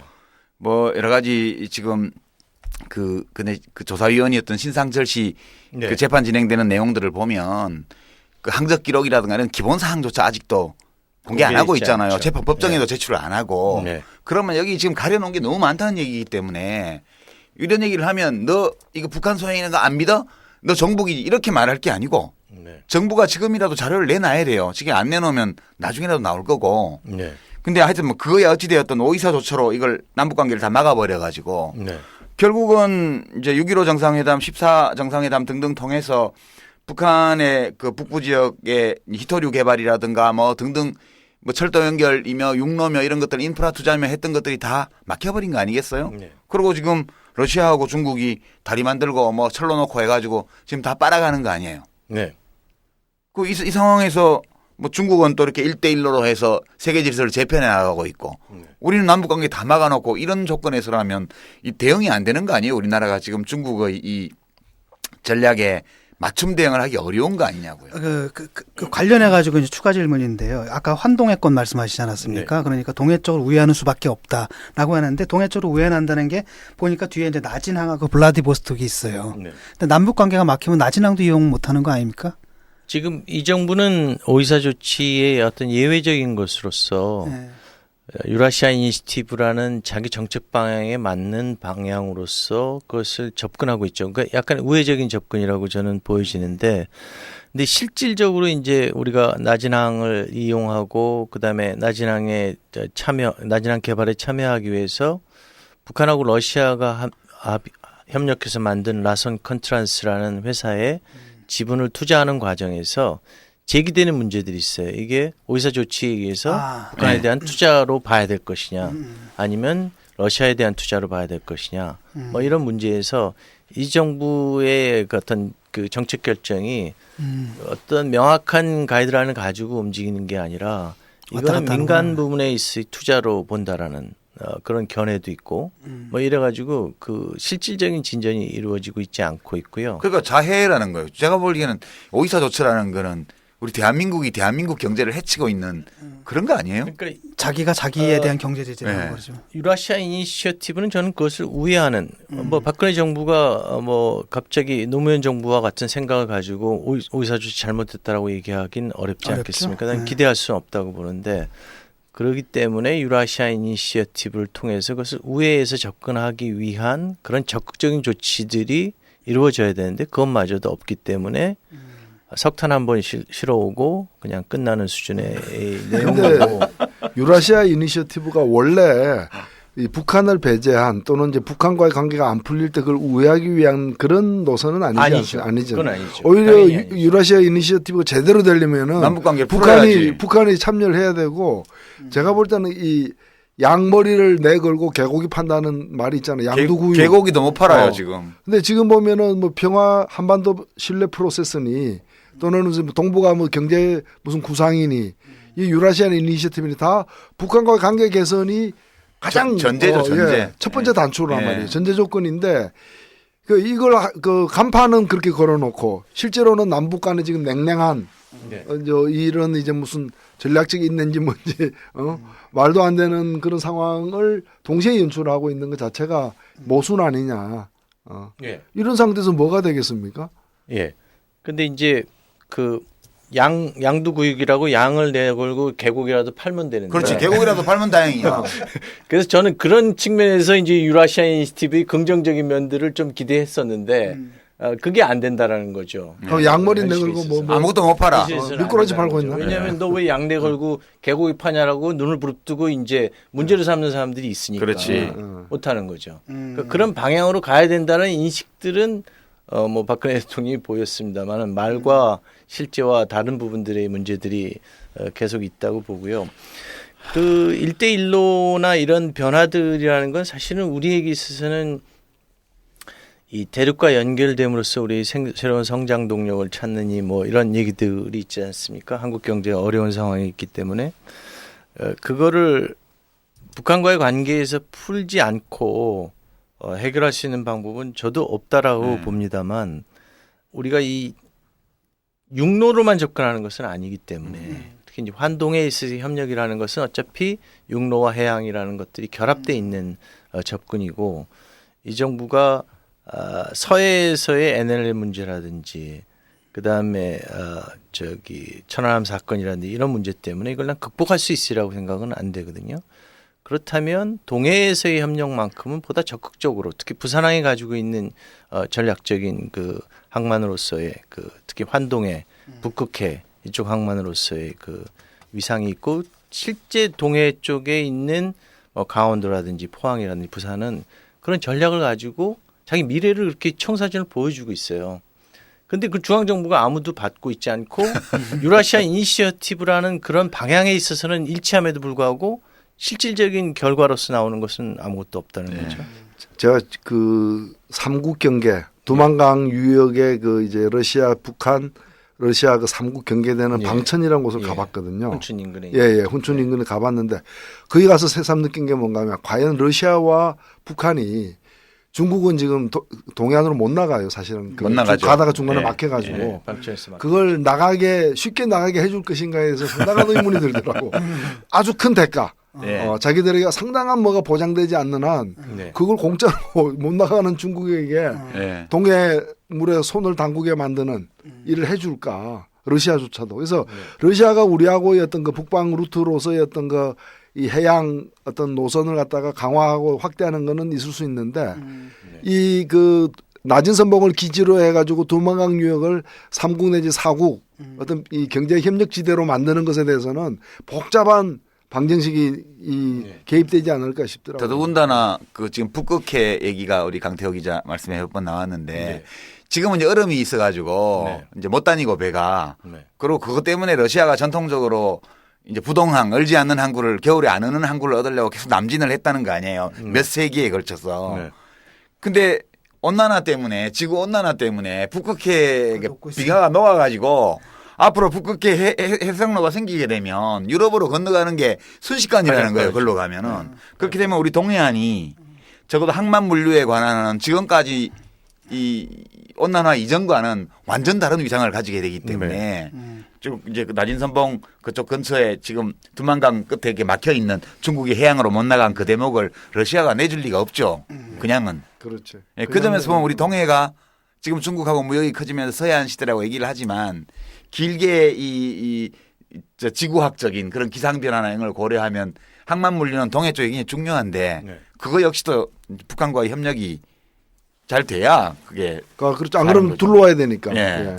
지금 그 세계 10대 항만을 보게 되면요. 그 중국 쪽이 싱가포르하고 부산을 제외하고 그다음에 뭐 대만도 이제 중국의 한 부분으로 본다면 8개 항만이 전부 그 중국이 차지하고 있어요. 세계 10대 항만 중에 10대 항만 중에. 근데 부산이 이제 5위였다가 작년의 경우에 6위로 내려앉았다 그러는데 그 부산 항만이 가지고 있는 그 환적항으로서의 위상이 계속 이제 그 내려간다는 거죠. 북극의 항로라든지 이런 관점에서 본다면 전략적으로 굉장히 커질 수 있죠. 커질 수 예. 있는 그런 부분이 있고 일본의 경우에 이제 서해안에 많은 서해 쪽, 일본 서해 쪽, 우리 쪽 동해 쪽에 많은 항만들이 전부 그 부산항을 그 국제항으로 해서 여기서 이제 환적을 해서 세계로 이제 화물을 싣고 가는 그런 역할을 이제 부산이 갖게 되는 측면이 있죠. 그러니까 이제 뭐 노무현 대통령이나 김대중 대통령이 계속 얘기했듯이 우리는 해양과 대륙으로서의 그 중간 지점에서의 전략적인 위치에서의 역할을 할 수 있는 가능성들이 객관적으로 존재함에도 불구하고 남북 관계를 풀지 못하고 또 이런 데 관심이 없는 것 같아. 이런 이런 경제적인 어떤 문제. 그동안의 성장과는 다른 관점에서의 변화들을 추진하려고 하는 정책 방향들이 내부적으로 합의되지 못함으로써 이제 그 지체되는 거라고 저는 생각하고 있습니다. 북한과의 문제가 안 풀리면 우리는 대륙이 아니에요. 섬이죠, 일본처럼 섬이야. 섬이죠. 또 하나의 아, 섬인 당연히 거죠. 그렇죠. 예. 예. 북방 항로가 없는 섬이에요. 그것도 그냥 섬이 아니고 네. 그렇게 되는 거고 저는 이제 이 정부 지난 이명박 정부도 그랬지만 하는 걸 보고 있으면 그 이념에 갇혀 가지고 나한테 이로운 거를 취하지를 못하는 걸 보는 것 같아요. 우리가 이제 북한 볼 때 그거 많이 느끼잖아요. 제가 예전에 금강산 관광할 때 그 지도원 동무 보고 제가 그랬어요. 이제 국회의원이라고 해서 갔더니 안내원 동무가 아니고 남자 지도원 동무 여기 와이셔츠 단추 2개 풀고 다니는 친구들이 있어요. 그 왔기에 내가 거기 옛날 잠수정 기지 긴 방파제 있는데 거기를 낚시터로 개방을 하라고 그랬어요. 보고서 저녁에 쓰라고. 여기 하루에 100불 내라 그래도 와서 할 거다. 봄 되면 볼락하고 도다리 엄청 낚이고 거기가 오랫동안 어로를 안 했기 때문에 고기 많아요. 그러면 그 입구에다가 낚시점 하나 내놓고 미끼도 팔고 밥도 팔고 이러면 돈 된다. 이렇게 얘기를 했는데 그런 걸 못 받아들이는 거예요. 그러니까 여기 금강산이라는 게 우리 대한민국 국민으로 보면 세계 곳곳에 있는 다른 관광지하고 경쟁 관계에 있는 거다. 이제 매력을 더 강화를 해야 사람들이 지속적으로 올 거다. 이 얘기를 해줘도 못 알아듣지. 못 알아듣고 못 받아들여요. 그 이념 때문이거든. 근데 지금 우리 정부가 하는 것도 이렇게 보면 결국 남북 관계가 이렇게 된 게 이념적인 편협성 때문 아닌가? 그러니까 이념적으로 너무 편협하다 보니까 우리 모두에게 이익이 되는 이 많은 가능성들이 있는데도 이거를 진지하게 논의를 하거나 정책으로 다루지를 못하는 거 아닌가? 근데 그 이념적 편향성 그 밑에는 저는 어떤 그 이해관계들이 존재한다고 생각해요. 우리 군사안보적 관점에서 군사적인 측면에서 우리가 그 미국의 최대 무기 뭐 판매 시장이 네. 되고 우리 자체의 그것을 유지해야 되는 어떤 시스템에서 작동하고 있는 부분들이 있잖아요. 국가 예산에서도 그렇고 어마어마한 이해관계를 가지고 있는 집단들이 군을 중심으로 존재하고 있는데 이들이 경우에 자기들이 역할이라는 것은 저 북한과의 관계에서의 긴장이 고조됐을 때 그 필요성들에 의해서 계속 진행되는 것이고 그런 이해관계가 있기 때문에 북한과의 협력이라는 것이 자기들에게 긍정적으로 작용할 리가 없는 부분이 아니 그 사람들은 아니겠어요? 그렇다 하더라도 우리 대통령이나 뭐 국회의원들은 그런 거 아니잖아요. 얼마든지 이거 생각할 수 있는 그러니까 거 아니에요? 나는 노무현 대통령 때도 군이 그런 많은 측면에서 그 군과 대통령과의 관계가 갈등했고 뭐 검찰하고 문제도 그랬고 그다음에 이 박근혜 정부에 있어서는 그 양쪽을 다 가져가는데 어느 쪽에 더 비중을 많이 두고 가고 그들이 이 외교안보 정책을 좌우하는 그런 측면들이 존재하니까 사실 저는 이명박 정부가 들어섰을 때 통일부를 해체해야 된다는 건 그들이 본심이었고 본질이었다고 나는 네. 생각해요. 그리고 실제로 통일부는 해체된 거나 다름없어요. 그 이후에 과정을 보게 되면 특히 박근혜 정부 들어와서의 통일부의 역할이라는 것은 어떻게 보면 통일준비위 사무국 뭐 예, 이런 그렇죠. 수준으로 그리고 청와대 외교안보 저기 통일비서관이 장관으로 오는 정도니까 그 위상이 그렇게 됐다라고 저는 일개 국밖에 안 되는 거죠. 그렇죠. 그러니까 해외 자원 뭐 개발한다고 몇십억 쓰면 몇십조를 당진하면서 바로 옆에 있는 자원, 예. 어, 북한에 널려 있는 북한에 거죠. 널려 있는 그 자원은 결국에는 북한 히토류 같은 걸 이제 러시아에서 중국하고 러시아에 다 갖다 다 바쳤어요. 갖다 바치고 또 그 대가로다가 또 북한 철도를 갖다가 개보수하는 예. 그 소중한 사업까지도 다 뺏겨 버리는 거죠. 아직 갖다 바치지는 않았고요. 북한 사람들이 들으면 굉장히 화를 낼 텐데 가령 뭐 무산광산 있고 해산, 청년구리광산 이 두 개가 이제 가장 큰 광산이고 그게 이제 접경 지역에 있기 때문에 중국의 투자가 가장 많이 이루어져 있습니다만 굉장히 갈등이 많아요. 이해관계를 둘러싸고 가격의 문제라든지 그러니까 중국이 주변 국가하고 특히 몽골에서도 마찬가지입니다만은 그 독식하게 돼 있거든요. 예. 몽골이 석탄 수출이나 무슨 지하자원 수출이 모두 중국을 거쳐가야 되는데 중국이 몽골이 수출하는 석탄을 중국 땅에 들어오게 되면 그걸 수출할 수 없게 만들어놨어요. 그리고 자기들이 수출할 때는 자기들이 이제 가격을 받고 수출하게 돼 있거든요. 뭐 그런 어떤 여러 가지 문제들에 의해서 이제 갈등 관계가 존재하고 그런 관점에서 우리 역할이라는 것들이 저는 있다라고. 아니 그러니까 생각되는데. 북한에서 갖다 바쳤다는 게 아니고 우리 정부가 갖다 바쳤다고요 지금. 근데 아직 북한이 그 중국에다 주지 않았기 때문에 저는 갈등 관계가 우리처럼 이렇게 호락호락 그 다 내준 건 아니라는 아직 다 생각이 내준 건 드는데. 아니다. 네. 네, 뭐 그- 북방 정책 그러면 이제 역사도 상당히 길잖아요. 제가 이 말을 처음 들었던 게 아마 노태우 노태우 정권 그렇죠. 때부터 얘기가 들었던 것 예. 같고 노태우 정부 때 어쨌든 나름대로 그 막연하게나마 어떤 필요성들을 나 인식을 하고 있었던 것 같아요. 네. 그런 관점에서 네. 역대 정권들의 네. 북방 루트 개척과 관련해서 역대 정권들을 한번 평가를 좀 해주시죠. 네. 저는 그 중국이 1대1로로 오는 과정하고 우리가 이른바 김대중 대통령이 처리 실코드를 선언한 이래로 지금까지 오는 과정이 근본적으로 더 다르지 않았다고 생각합니다. 우리 경우에 처리 실코드라는 관점에서의 어떤 그 선의 개념으로 일단 접근할 수밖에 없고 연결해야 된다는 관점으로 했다면 동북아 시대위원회라는 걸로 동북아 시대를 중심에 놓고 노무현 정부에서 중국과 협력, 균형적 실용 외교 그리고 이제 북한과의 협력이라는 부분들 핵 문제를 풀기 위한 과정들이 있었고 그것을 풀지 않으면 할 수 없다라는 그리고 노태우 대통령 때의 남북 기본 합의서에 합의되었던 그 전면적인 협력 관계 부분들이 2차 정상회담에서 합의가 됐었기 그렇죠. 때문에 14선언의 그 구체적인 그렇죠. 내용들이 들어간 그러니까 이제 김대중 정부에서는 금강산 관광이라든지 특구라든지 이런 쪽하고 개성공단 이 어떻게 보면 점하고 뭐 선 면, 뭐 이런 약간의 정도였다면 전면화시킨 것은 이제 그 노무현 정부에서 이루어졌던 것이고 그다음에 이걸 이제 확장시키기 위해서 특히 이제 이명박 그 대통령은 자기 경험, 현대 건설에서의 경험이라든지 그다음에 뭐 자원이라는 문제에서의 그런 이해는 전 있었다라고 생각이 되고 그래서 그랜드 디자인으로서의 접근들은 있었죠.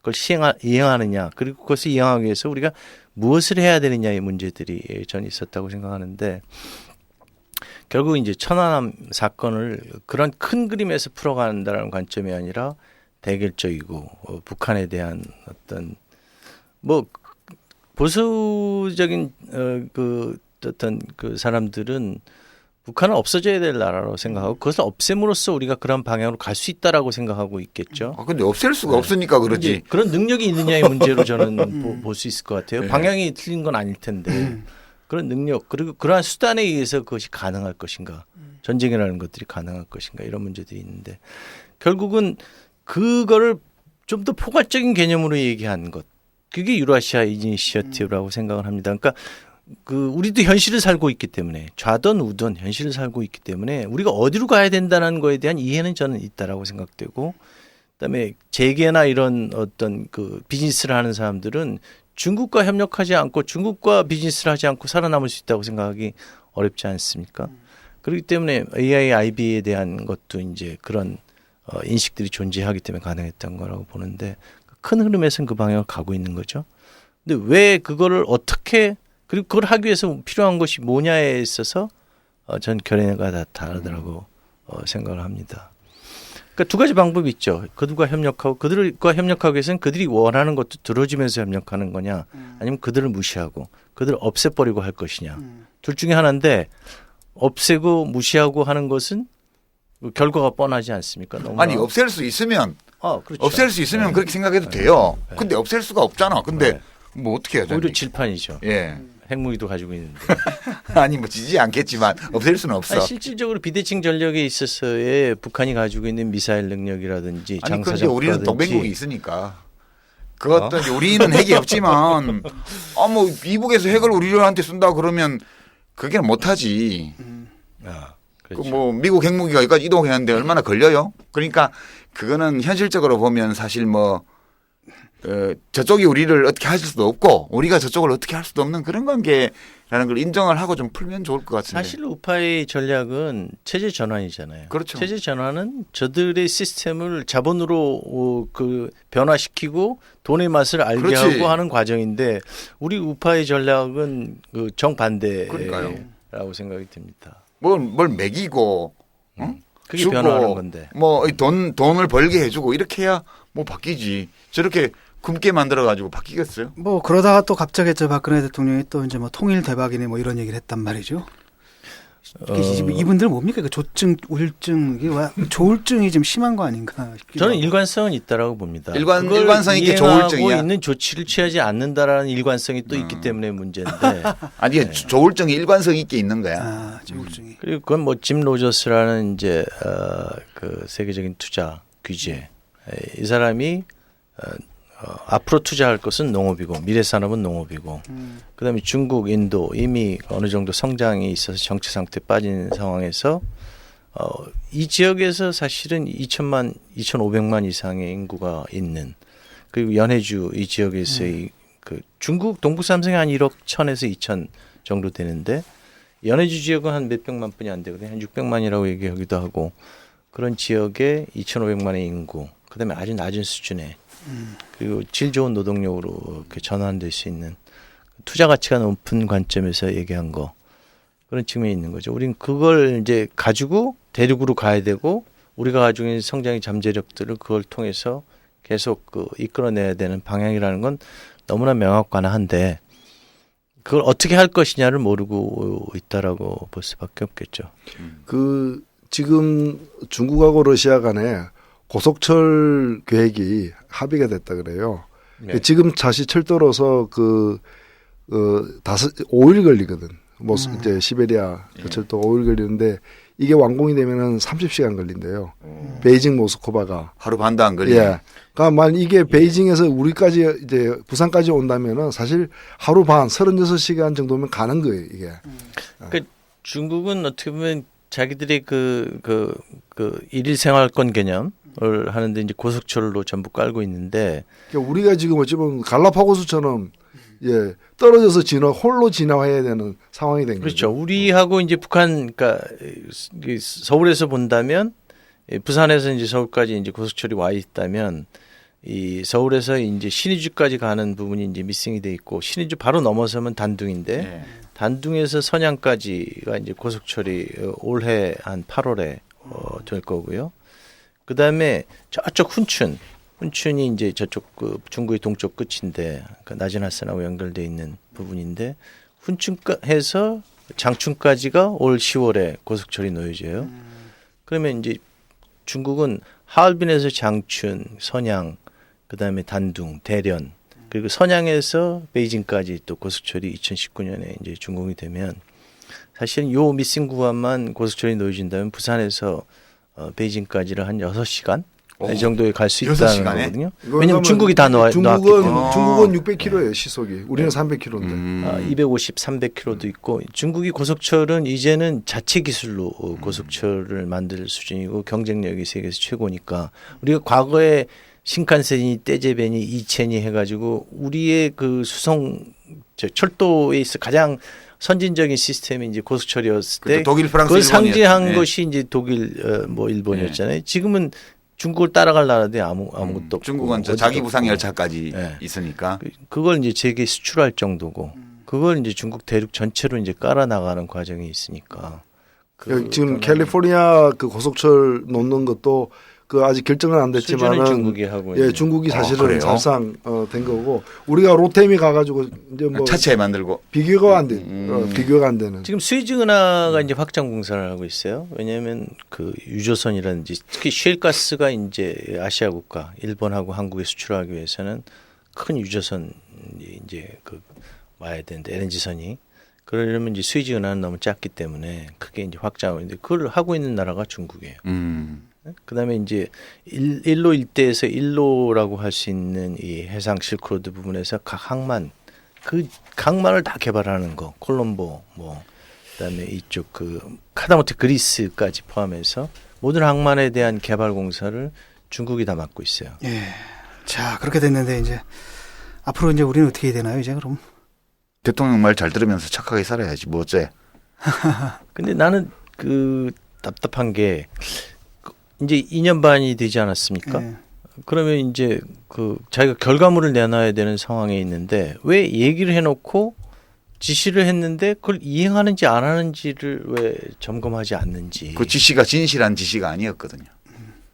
그냥 의전용으로 읽은 거지. 그러니까 본인 책임이 아니라는 거지. 자기는 잘했는데. 아니 늘 그렇게 얘기하죠. 내가 지시했다. 근데 밑에서 안 했다 이거잖아요. 아니 근데 늘 그게 핑계가. 개인적으로 보면 내가 대통령으로서 이런 목표를 꼭 이뤄야 되겠다는 생각이 있으면 그 방법을 고민하게 되고 사람을 근데 자기가 불러서 평가를 받는 시점에 오고 있는데도 자기는 평가가 필요 없어요. 왕이 무슨 평가를 받아 여왕이.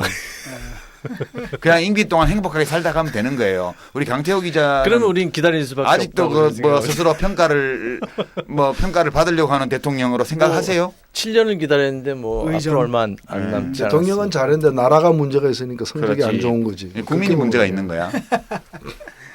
우리 대통령에게 빨리 적응해야 돼요. 이제 한 임기가 반쯤 지나갔는데 아직도 적응 안 됐으면 앞으로 2년 반 또 이래서 많아요. 저는 완벽하게 적응됐어. 더 이상 아무것도 기대를 안 해요. 맞나? 이렇게 하는 게? 아마 나중에 막판에 가면은 그 임기가 짧아서 다 못하는 걸로 얘기할 거야. 헌법에 문제가 있다고 얘기하겠지. 나를 한 18년 정도 시켜줬으면 잘할 텐데. 이러면서. 근데 우리가 저는 이런 생각합니다. 그 저는 이제 미국, 뭐 일본 이런 그런 섬나라적인 어떤 상황에서 어떻게 보면은 그들과의 협력 관계 속에서 성장을 해왔기 때문에 대륙에 대해서 너무 몰랐어요. 철도에 대해서 몰랐고 대륙에 있는 그 수많은 지명들 우리가 TCR, TSR 예. 이렇게 얘기하는데 그게 도대체 뭐냐라고 물어봤을 때 저도 몰랐다고 생각하거든요. 지금 많은 사람들도 모른다고 생각하고 어느 선으로 어떻게 갈 것이냐는 굉장히 복잡한 과정이 있고 설명 좀 해주고 가시죠. 그래서 그 공부를 저는 하기 시작했는데 그게 우리 뿌리이자 우리 미래이자 우리를 온전히 생각하게 만드는 계기들로 저는 지금 공부를 시작했거든요. 그러니까 그런 공부를 해보는 거는 좀 필요하지 않을까라는 생각을 많이 했습니다. 지도를 보니까 이게 이제 노선이 만약에 서울에서 올라가면은 평양에서 둘로 갈라져요.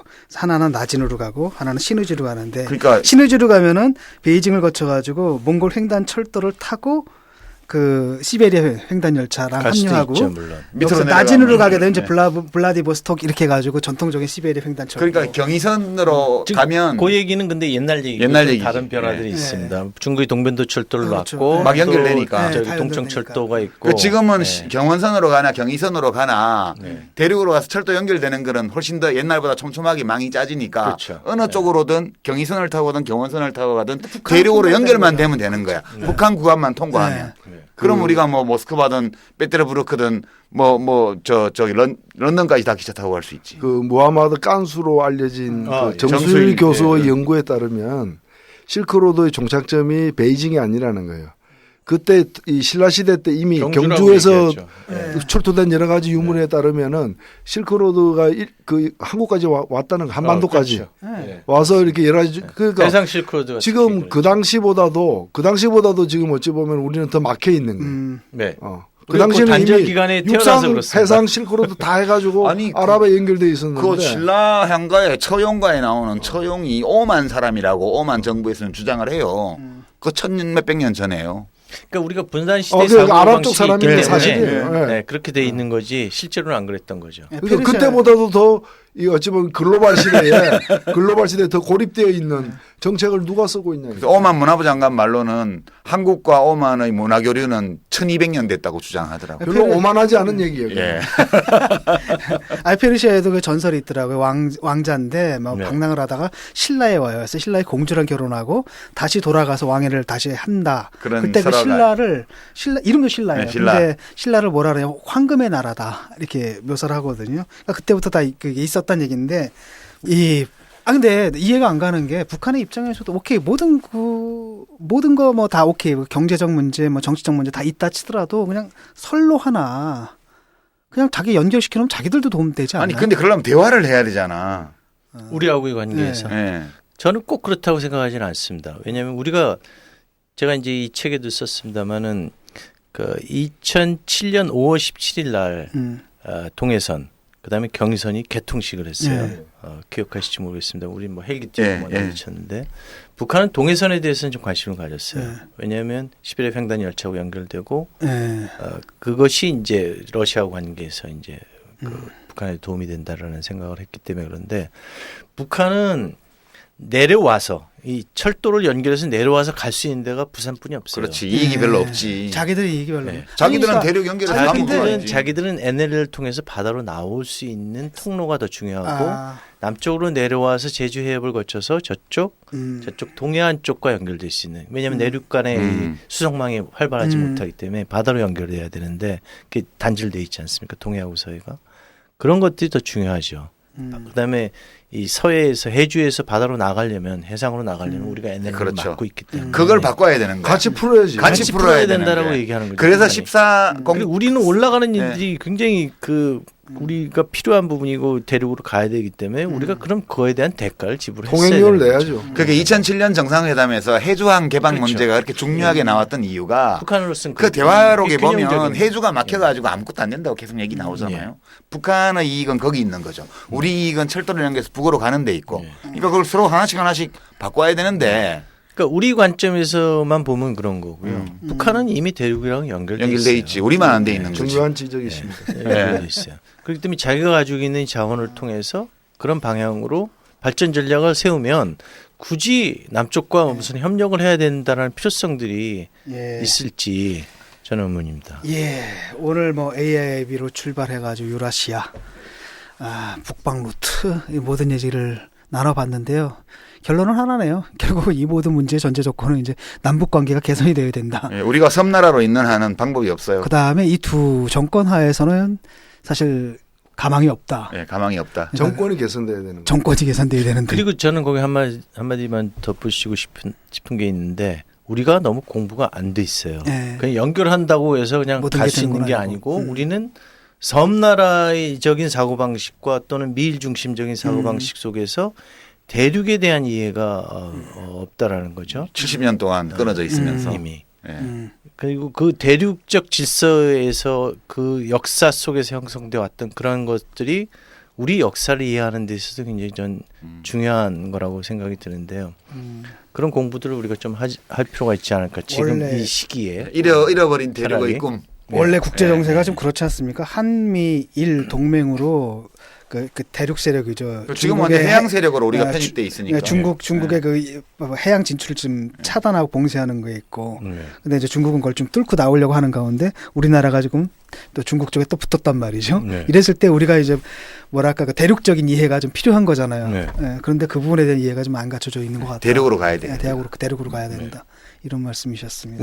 우리는 대륙이다 그러죠. 근데 그 얘기가 북방 루트라는 책의 제목이 집약하고 있는 거지. 예. 사실은 노무현 정부 때는 몽골하고의 협력이라는 부분들을 굉장히 전략적으로 접근했었고 예, 그 공주님도 모셔오고 그랬죠. 예. 그리고 뭐 이명박 대통령도 그런 생각은 있었어요.